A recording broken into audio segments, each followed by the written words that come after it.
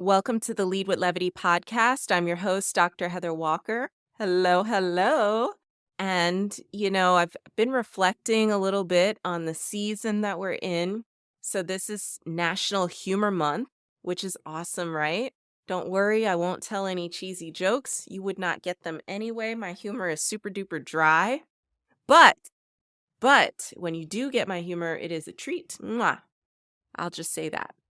So, I've been reflecting, and one thing that I've been reflecting on is how often we go through life we're wired to go through life focusing in on ourselves, right? We see the world through these eyeballs that we have. We process what we see, what we hear, what we touch, what we taste through our experiences, through our lens, through our shortcuts that we have in our mind, our biases, right? That help us decide, is this good? Is this bad? Should I be angry, sad, happy, mad? Should I focus now? Should I wake up? Should I lay down? Should I be tired? We're constantly taking everything in from our own perspective. I don't care what it is. I don't care who you are. We're constantly doing that. And we have to actually step out of our shoes, and see the world from another's perspective. And that's what we're going to do today. We're going to step out of our shoes, and we're going to take a look at what the workplace looks like from the perspective of Black African American males, leaders, executives, men who are doing everything in their power to advance in life, to have an impact, to do good work, meaningful work, who have been given a blueprint, right? A blueprint, instructions, in some cases, no instructions. And they're doing what they believe that they should do to get to the next level. And we're going to unpack some of this today. We're going to unpack some of the trends. We're going to unpack some of those ideas, and we're going to unpack them through a conversation, several conversations, in fact, that our next guest had with 30 executives, 30 men, and in different positions across the nation. His name is Dr. Chuck Wallington, and Dr. Chuck is an author as well as an executive himself. So he's the Chief Marketing and Communications Officer for Cone Health, and he wrote A Seat at the C-Suite Table, Insights from the Leadership Journeys of African American Executives. And so Chuck is going to share. He's going to share some of the trends that came out of those conversations. He's going to share advice. He's going to share some of his own journey as well, and some of the struggles that he had, as well as the things that he had to unlearn. Remember, we have these shortcuts, we have instructions, we have blueprints, we have a lens that we process the world through. And sometimes we have to unlearn some of the things that were installed early on. And that's okay. We saw the movie One Love, and it's a movie about Bob Marley's story. And it's a beautiful story. It's a beautiful message. I encourage you to go see the movie. And after that movie, I had a conversation with my daughter about it, and I told her that I had to unlearn some things that I thought about Rastafarian. And I was learning all kinds of new things about Rastafarians and what they believe and their worldview and, how they approach life and all of those things. I think I just said the same thing in 3 different ways. Don't judge. But where I'm going with this is she asked me, how do you unlearn something? And I thought it was a really interesting question because I'm like, how do you unlearn? And I told her, I don't remember exactly what I told her, to be honest with you, But for me, unlearning involves an openness and a willingness to take a step back from what you think you know and to examine it based on this other evidence that you have, to compare what you think you know to this new information, this new evidence, and be willing to say, is this still true? Where did this come from? I'm talking to someone over here who is living this life right now, and they're telling me this is the way it is, and this is what I'm experiencing, and this is what I'm like. And I'm seeing them and I'm getting to experience their culture and their environment. But maybe I grew up with a different idea. Maybe I picked up that idea from something that someone told me or something I read in a book or, right? Or some random assumption. Because, yeah, we make random assumptions all the time about people, places, and things. Yeah, I'm making it rain, right? Random assumptions all the time. So we know that we all come in, we all have biases. What separates someone who is small-minded, who is limiting their own personal growth potential, from someone who has unlimited potential, someone who can do anything, someone who can be anything, someone who can be amazing, someone who is amazing, is the willingness to say, let me compare, let me see. Is this still true? Is there something that I need to let go of in light of this new information? And so that's where we were. We're like, okay, maybe I grew up thinking that it was one way, but I have new evidence now. And this evidence contradicts what I thought. And what I thought wasn't based on anything real to begin with. So I'm going to let that go. And I'm going to move forward with this new information. And that's what the unlearning process looks like. And that's how we continue to expand and grow and get better. So that's what we're going to do today. Our next guest is Dr. Chuck Wallington, and he took the time in grad school to interview 30 executives, 30 Black African American male executives, to find out about their experiences, their journeys, to find out about the highs and the lows. And he's taken the trends from those conversations and he's bringing them to us. And I think that's great because I don't know what it's like to walk in their shoes. I might be adjacent. I might see. I might think that I know, but I really don't. So I encourage you today to really pay attention to this conversation. It's a gift to be given insight into someone else's experience and their perspective.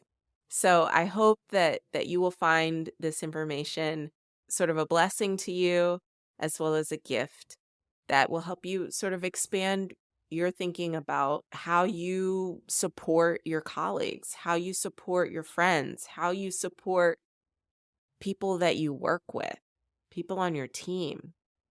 All right. That is enough rambling for today. Way more rambling than I should have done. So I hope that you enjoy this episode. Don't forget to subscribe so that you don't miss out on any other updates. It's time for a sneak peek. Sneak peek, sneak peek. There is an appreciation among these 30 men for the value that having a mentor can bring. What's interesting is that not all 30 men had a mentor. The vast majority did not have a mentor. But for those who did, they talked in glowing details about the value of having a mentor. And those who had mentors, some were Black, some were not Black. But the point was they had someone who was invested in them and their careers for the long haul. The mentors for these folks served as a sounding board, an advisory group, if you will, a trusted thought partner. So if they were considering other job opportunities or career opportunities, this was someone they could go to and have a conversation and say, hey, here's an opportunity or a challenge. I don't know what to do. Can you help me? Or here's what I think I want to do. What do you think? And so for those who had mentors, they raved about the value of having a mentor. There were also those who did not have a mentor. One executive said, I can't buy a mentor. He says, I've tried to find a mentor my entire career and I can't seem to find one. And he says, I'd love to have one. Even at this age and stage, I'd love to have one and I can't have a mentor.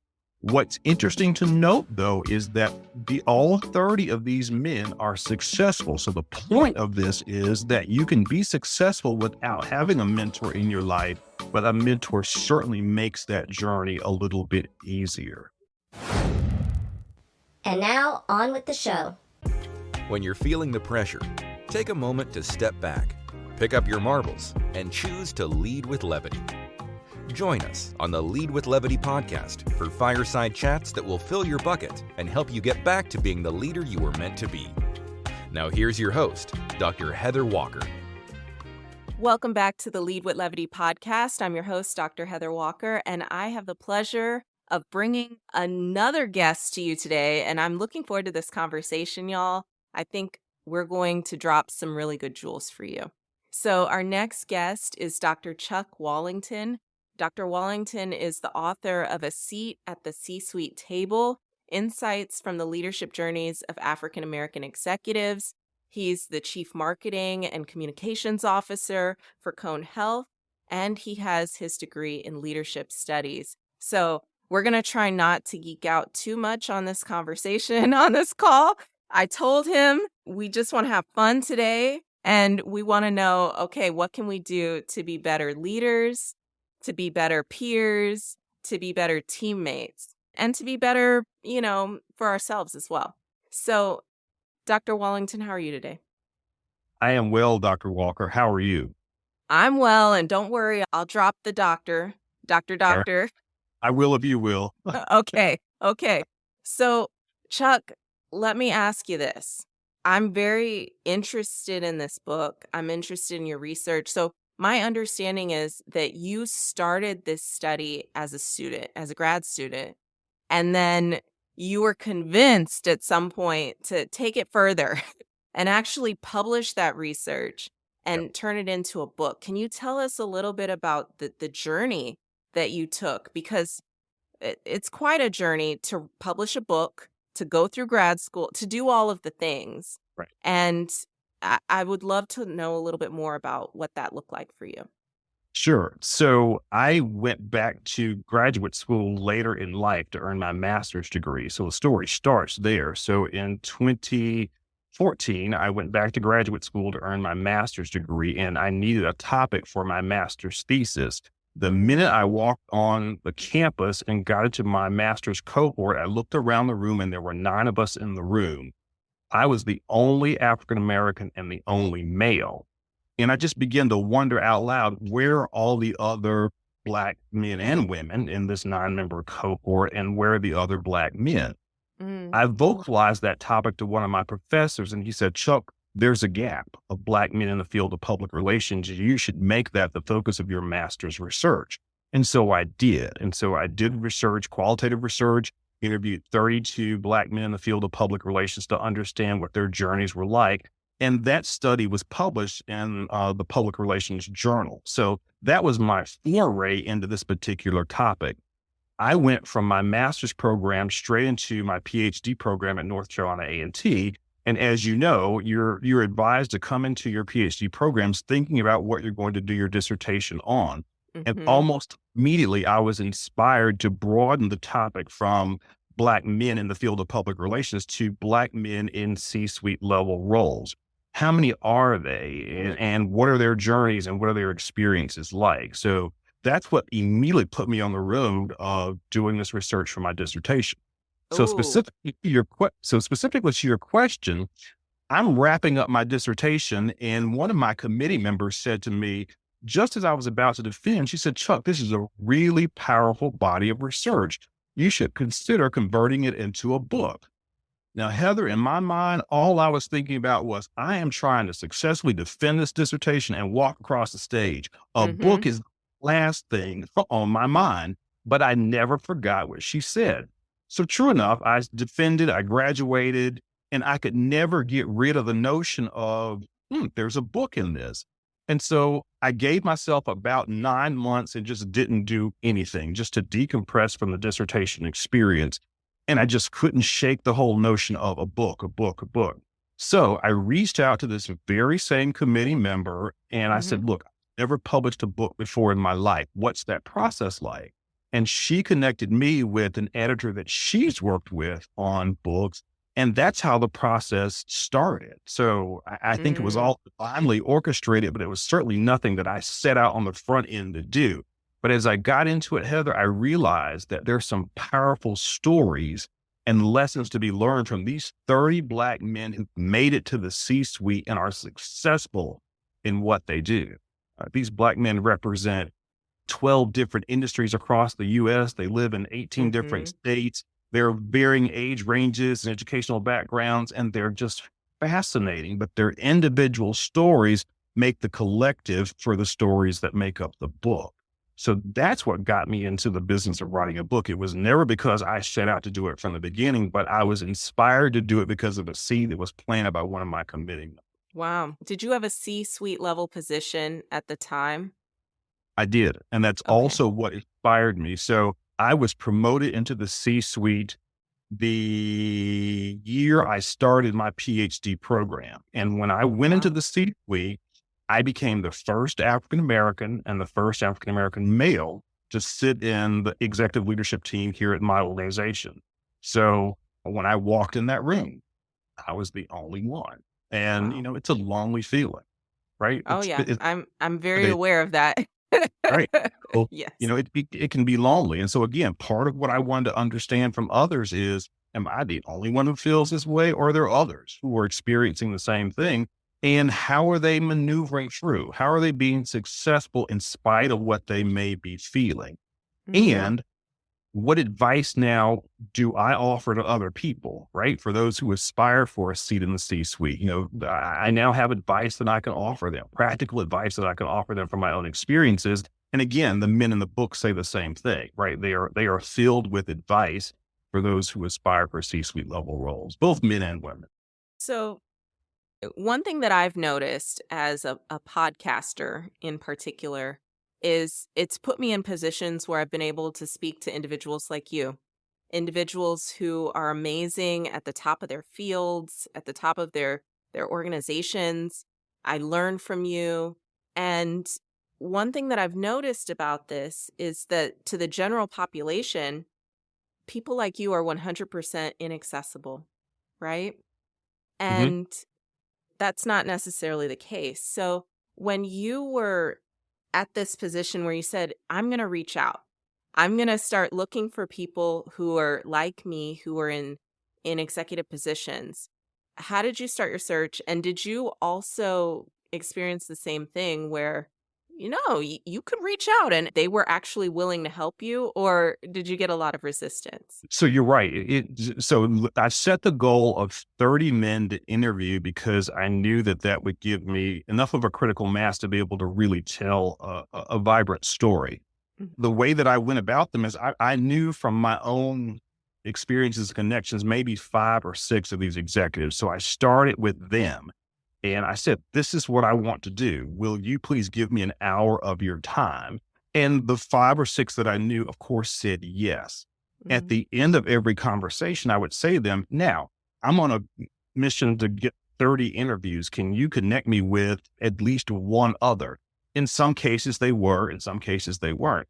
I will tell you though, the real heroes though were the women that I know, right? Who were married to C-suite executives or who work with C-suite executives. When I told them about the body of research, they almost immediately began to pair me with people whom they knew. So they did the soft introduction via email or text, and then I took it from there. And almost to a person, everyone that I reached out to said, I would be happy to tell my story. And then as I was interviewing many of them said, no one's ever asked me my story. This is almost Mm, like therapy. I've kept these thoughts to myself my entire life and my entire career. Thank you for caring enough to ask. So wow. that's how I got to the 30. I did not know them, but that's how I got to them. And then again, the vast majority were yes, certainly count me in. There were a few, who just said, no, this doesn't work for me. A few didn't return, calls or whatever, and that's fine. But the vast majority said, sure, I'd be happy to tell a story. And of course, I'm going to ask you about these stories, but I also wanted to pause for a moment because that is such a pervasive thought pattern that people have sometimes. And it's really important to remember that talking to people is still something that is going to unlock doors for you. And there's a person behind every situation, every challenge that you have. There is a person with a solution, a person with an idea, a person who can help you. So, that said, can you tell me a little bit about some of these stories? What are some of the stories that really stuck out to you? I'll tell you about the themes that emerged Yeah. from the book, and then there are stories behind the themes. One of the themes that emerged was there is an appreciation among these 30 men for the value that having a mentor can bring. What's Mm. interesting is that not all 30 men had a mentor. The vast majority did not have a mentor. But for those who did, they talked in glowing details about the value of having a mentor. And those who had mentors, some were Black, some were not Black. But the point was they had someone who was invested in them and their careers for the long haul. The mentors for these folks served as a sounding board, an advisory group, if you will, a trusted thought partner. So if they were considering other job opportunities or career opportunities, this was someone they could go to and have a conversation and say, hey, here's an opportunity or a challenge. I don't know what to do. Can you help me? Mm. Or here's what I think I want to do. What do you think? And so for those who had mentors, they raved about the value of having a mentor. There were also those who did not have a mentor. One executive said, I can't buy a mentor. He says, I've tried to find a mentor my entire career and I can't seem to find one. And he says, I'd love to have one. Even at this age and stage, I'd love to have one and I can't have a mentor. What's interesting to note, though, is that all 30 of these men are successful. So the point of this is that you can be successful without having a mentor in your life, but a mentor certainly makes that journey a little bit easier. Mm. So there was that. So there are mentors, but there are also coaches and role models and sponsors. And clearly these men have had sponsors because the sponsor is the person who is speaking on your behalf when you're not Oh in the yeah. room saying, hey, Heather's doing a great job and she definitely should be the next one that we promote into this role. So all 30 have had sponsors along the way and allies. What was a bit hit or miss was, did you have a mentor slash coach or did you have a mentor and a coach? But again, all 30 agree there's value in having this array of advisors in your life. So that was one of the major themes that came from the book. Ooh. Were there any other major themes? So there was candid discussion about the challenges of simply being a Black male, right? And so one gentleman said, he says, I'm 6'4", I weigh 245 pounds, and I'm dark skinned. He says, it's clear when I walk in the room that I'm a Black man. And he Mm. said, there are people who are intimidated by my very presence.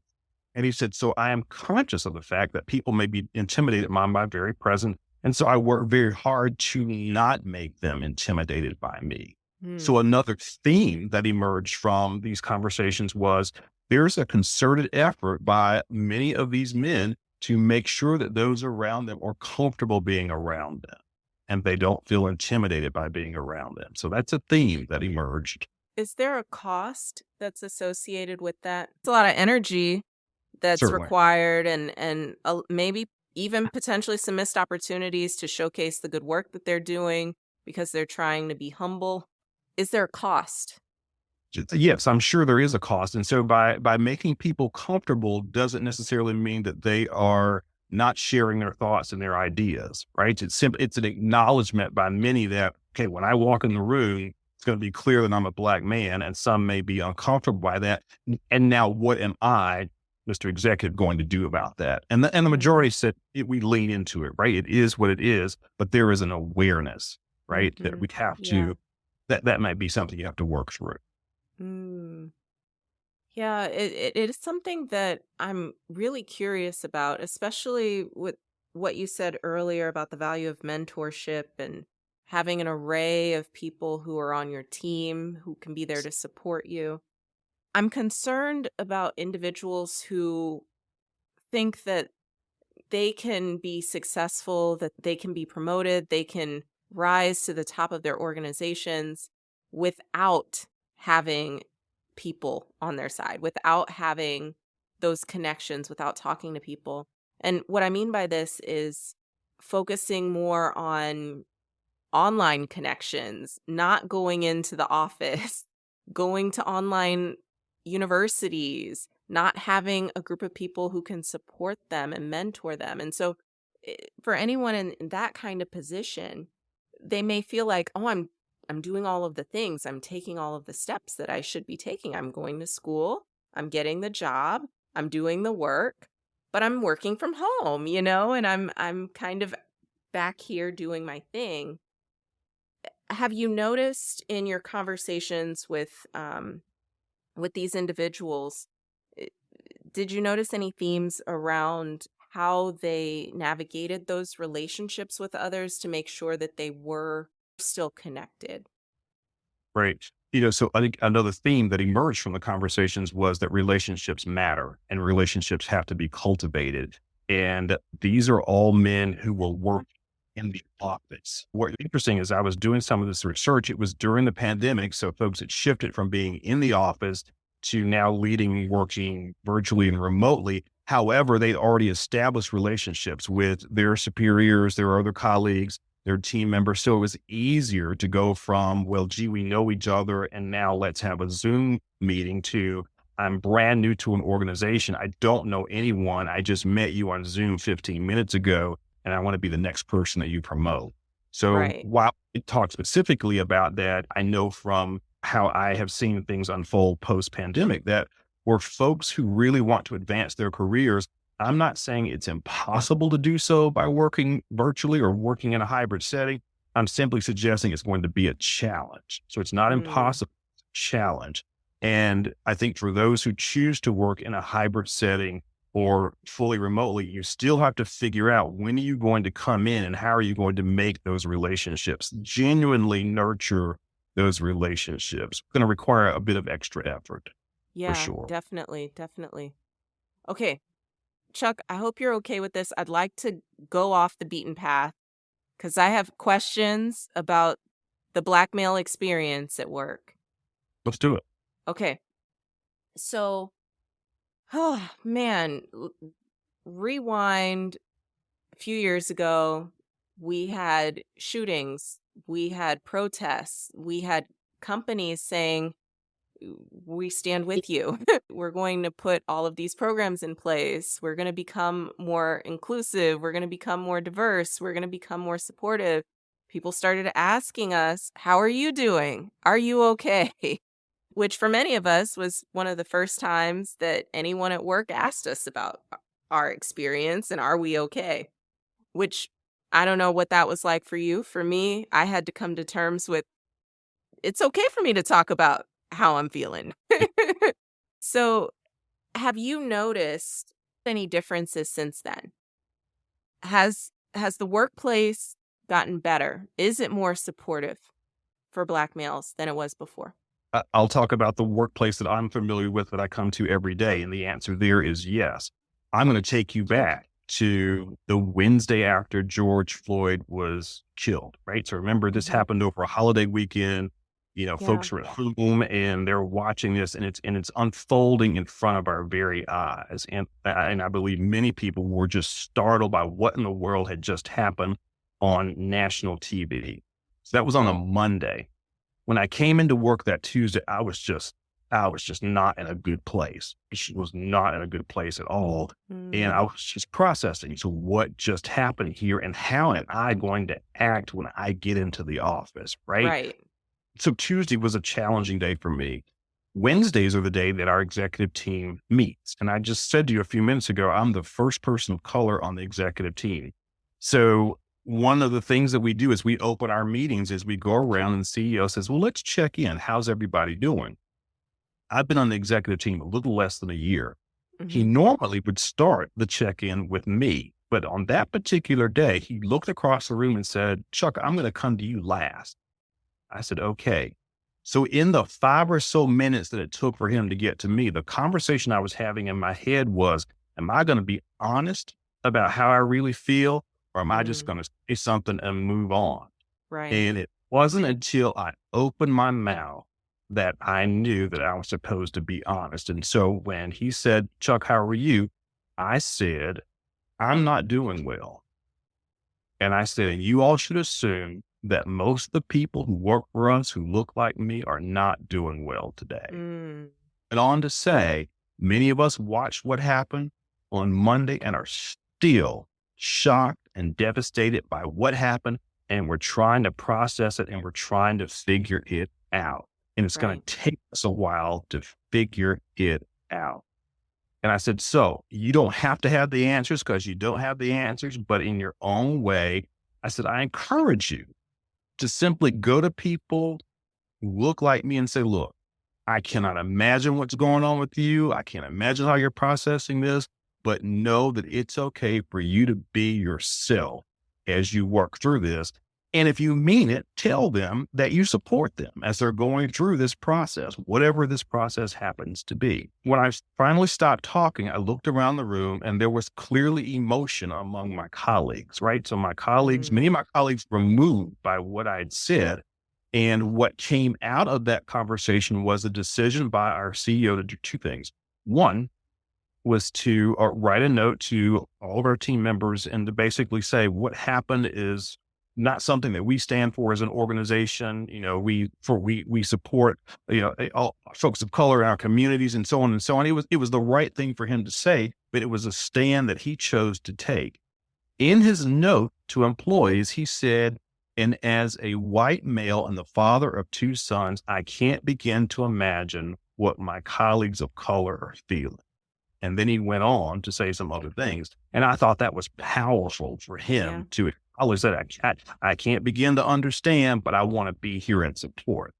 So I say that to say that, yes, I do understand from my own experiences what it's like to be a Black male in this setting. And there comes a time when all of us have to make a decision. Am I going to take a stand, which may be unpopular, or am I just going to take the safer road? And I am always going to be grateful for the fact that I felt confident enough to take a stand and say, this is how I'm feeling. And this is how lots of other folks are feeling. And then those other actions came as a result. Did they lay the groundwork for you? So oftentimes, yes, there's a point where we have to be confident and courageous, and we have to come out and say, all right, I'm going to speak my truth. Was there a layer of psychological safety already there? Yes, there Okay. was. There was. We have worked very hard as an organization to ensure that we have a culture that's inclusive, a culture that isn't perfect, but we try to work together on behalf of the folks that we're privileged to serve in the healthcare space. So that already existed. And again, we have a CEO who's very much in that space of, yeah, let's be open, let's be honest, and let's be comfortable doing that. So I don't know if I would have done that if I had not felt comfortable doing that. And I also believe in that moment in time, that's part of why I'm blessed to sit on the executive team, right? I have to be the voice of those who are not. I have to be Right. the voice of those who look like me and are sweeping the floors and cooking the food and taking the trash out and, Who don't have a seat at the table. do not Yes. have a table. Yeah. They're doing other things that are great and wonderful, doing brain surgery, open heart surgery. You're just not at the table where conversations, decisions are being made. I have an obligation and a commitment to make sure that their voices are heard as well. Yes, yes. And it's clear that you've done a lot of personal work and growth to get to the point that you're at. What has helped you become the best version of yourself or the current best version of yourself? For me, it all goes back to my belief in a higher being. I believe that there is a God, and I believe that the God I believe in sent his son, and I just believe in all of that. And so it's that spirit that dwells in me that allows me to do the things that I do, that allows me to take the stands that I take, to feel comfortable doing that which I'm doing. It's also this same spirit that says, Chuck, that's ridiculous. Let's not do that. Or Chuck, you're about to do this. It's going to make you very uncomfortable, but it's okay. Go ahead and do it as well. It's also the voice that when someone comes to me and says, hey, can I just talk to you? And I have no idea where the conversation is going. And so I will say, okay, Lord, what am I supposed to do or say? When I speak, I'm speaking based on what I believe you're telling me to do. So all of that is what I believe is makes me, as you say, the current best version of myself. Yeah, we can always get better and better, but what what has helped you get to the place where you're at as an executive? What would you say has been maybe the best piece of advice that you've received, or even the best tool that you've been able to kind of add to your toolkit? Early on, before I even thought about being a leader in an organization, I knew that my job was to master my day job. And so I spent my time mastering my day job, becoming very, very good at strategic marketing and communications. Along the way, I realized that it's one thing to master your day job from a tactical perspective, but you have to understand the big picture. So I went Mm, from just getting the job done to understanding why I was doing it and what the strategy was that I was creating that would support the business organization. So that's helped me as well. I've also learned along the way that I have to allow people to see a little bit of Chuck beyond what I do and who mm. I work. And so I've allowed people to do that. And that's actually been a lot of fun. So that's something else that I would offer to people as well. It's very okay for folks to get to know more about you beyond what they may see in the workplace. So those are some things. Yes. Yes, and I think that goes along with the scenario that we were talking about a little bit earlier before we even hit that record button. We have this manager or a leader, his name's Mike, and his people are struggling. People around him are struggling because all he does is focus on the work, and he's stoic. People see him as unapproachable because he holds everything in. And I was just kind of curious, Chuck, have you ever met anyone like that in your experience? Yes, I have. And that person is me. When I started out, I was that person. I was taught by my mom and dad that my job was to go to work, to do the very best that I could, to leave my personal business, as they said, at home, and to not mix the two. And so for many, many years, when I was starting my career, I would do that. I would come to work. I would have conversations with people. So I wasn't antisocial or anything like that, but I just didn't talk about family. I didn't talk about what I'd done on the weekends, didn't talk about goals and dreams and things like that. Mm. And that served me well as I was mastering the work that I was brought there to do. It wasn't until I started leading my first group of people, and I was probably in my late 20s, maybe, when I had a small team of direct reports. Mhm. And they were delightful people, small group, two or three, delightful people. And one day, someone said, well, you're a nice enough guy. We don't know anything about you. In Mm. split second, I thought, well, why do you need to know something about me? And I said, well, what would you like to know? And they said, well, tell us more about where you're from. Tell us more about your family. And so I began the conversation of releasing a little bit more about the personal side of Chuck. Mm. What I learned over time after doing that is that it really is okay to share more about who we are as people, because the reality is we bring our whole selves to work anyway. And why not appropriately share things so that people can get to know more about us? And so I use that as a learning very early on in my career, and it has transformed the way that I lead. I enjoy sharing more about me and what makes me tick and about my wife and our family and things that we enjoy doing. I enjoy sharing those things. At the same time, Heather, I enjoy asking others and tell me about you, right? What Right. is it that makes you tick? What do you enjoy doing? And over my latter years, what that's morphed into is that when I have conversations with the folks on my team, we eventually get around to talking about the business at hand, but we purposely open the conversations and I'll say, how are you? What are you doing? How's your family? Right? Tell me about your son, whom you just said was starting a new job. And they talk. There is a desire for us to be connected in some way. And so, what I've been blessed to stumble upon is that if that connection is going to occur, it has to start because I'm willing to share. I have to be the one to say, you know what, I'm going to let you know about Chuck. And I want to know a little bit more about you, not to use against you, but because as human beings, there's a desire to be connected and to be relational. And so I do that and I enjoy doing that. So if I were going to give my younger self some advice, it would be that it's very okay to appropriately share with people what's going on with you beyond what you come to work to do. Because who knows, someone may actually learn from and benefit from your journey and your experiences. Oh, yeah. More often than not, there is someone out there who needs to hear about your journey and your experiences and the lessons learned and all of that. Oh, for sure. So, what has helped you the most in your quest to help others? Probably the fact I had one or maybe two mentors in my career, and I longed for a mentor back then. I long for a mentor now. I'm one of those who would love to have a mentor at this stage in my life, and I don't have one. And so, Mm. probably that desire to have a mentor is what inspires me to make myself available to other people.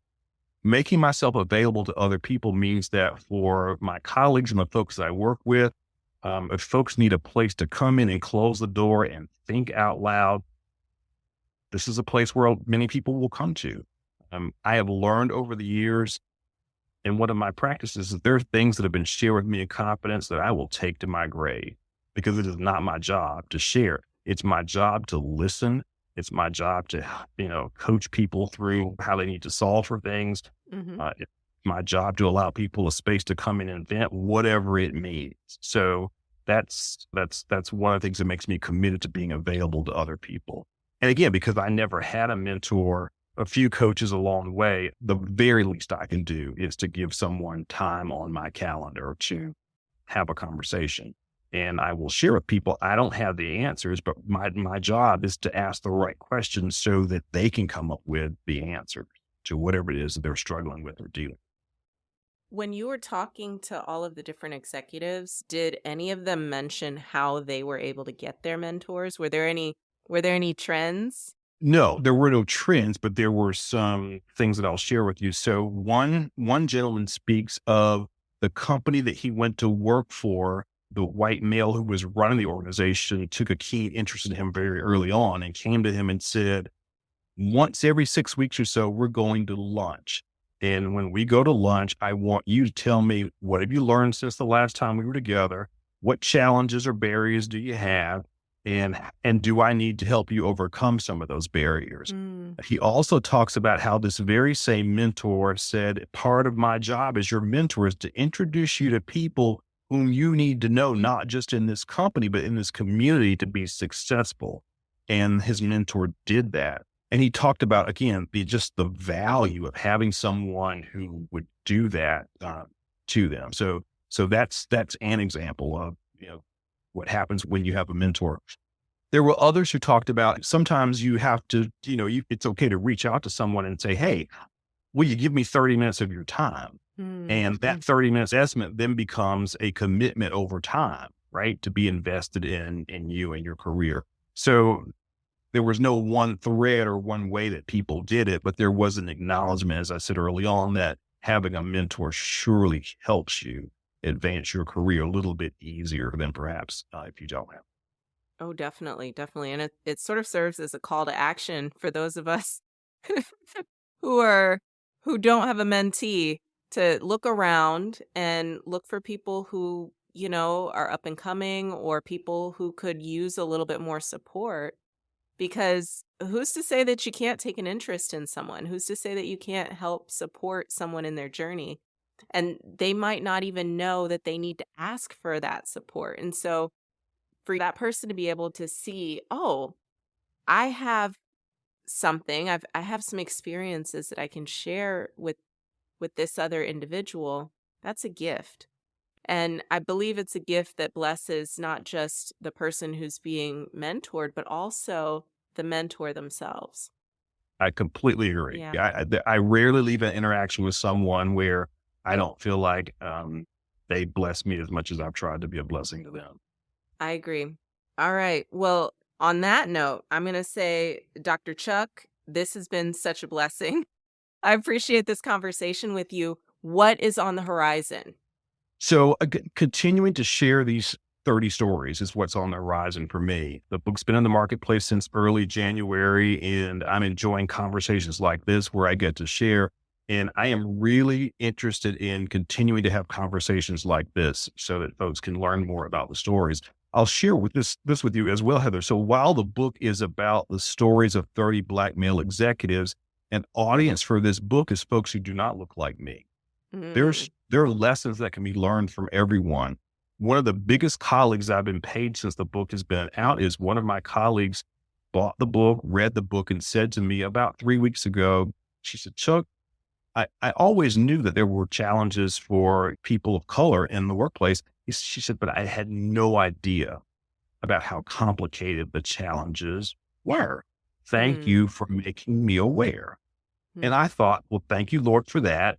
And that's an outcome that I hope results from this book. So I hope that folks who do not look like me will buy the book, read the book, learn from the book, and then say, now, how can I be a part of bringing about some change that really matters in a meaningful way to other people? Oh, I love it. Well, Chuck, Dr. Wallington, thank you so much for your time today. Thank you for sharing this with us, this message. I'm looking forward to checking out the stories as well.